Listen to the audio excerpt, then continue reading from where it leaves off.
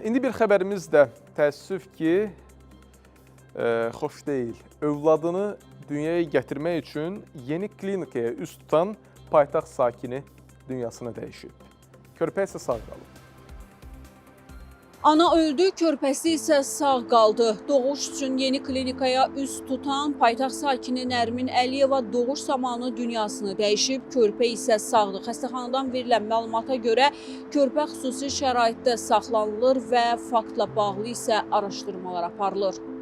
Hadisə bugün səhər saatlarında qeydə alınıb. Təfərrüatları öyrənmək üçün üst tutduq yeni klinikaya. Klinikadan bildirdilər ki, körpə hazırda xəstəxanadadır. Nərmin Əliyevanın yaxınları hüzür yerində olduğundan xəstəxanada heç kimi görmədik. Bizə dedilər ki, ailədən bugün uşağı görməyə gələn olmayıb. Yeni klinikanın mətbuat xidməti ilə əlaqə saxladıq. Bildirdilər ki, bununla bağlı məlumatı yalnız təbib verə bilər. Suallarımızı təbibə ünvanladıq, ancaq quruma ünvanladığımız suallar da cavabsız qaldı. Məlumata görə bu, Nərmin Əliyevanın ikinci hamiləliyi olub. 5 yaşında bir övladı var və doğuşdan əvvəl səhhəti ilə bağlı heç bir şikayəti olmayıb.